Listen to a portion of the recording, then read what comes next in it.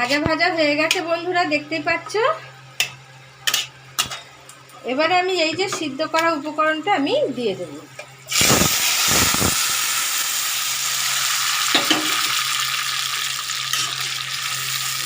দারুণ লাগছে বন্ধুরা, তোমরা দেখতেই পাচ্ছ ঘরে থাকা উপকরণ দিয়ে কিভাবে আমি বানাচ্ছি সেটাই তোমাদের দেখাবো, আর কি বানাচ্ছি সেটাও আমি বলবো। এটা বানাচ্ছি মটর ডাল কিংবা যে কোনো ডাল দিয়েই তোমরা এটা করতে পারো। আমি বানাচ্ছি মটর ডাল দিয়ে পুঁই শাক মূলোর চচ্চড়ি। বেশ রসা রসা থাকবে, খুব চচ্চড়িও না, খুব মানে খুব শুকনো হবে না। এবার দেবো আমি একটু হলুদ, আর লবণ তো আমি দিয়েছি, আর সামান্য লবণ দেবো।